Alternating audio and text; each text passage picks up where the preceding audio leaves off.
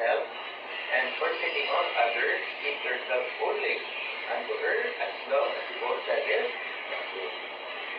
Alright.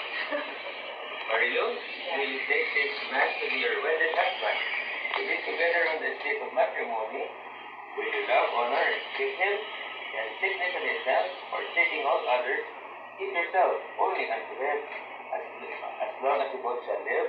I do.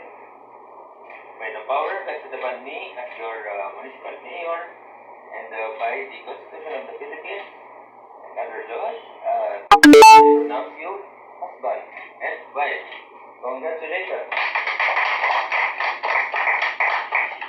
Oh, not yet. Not yet.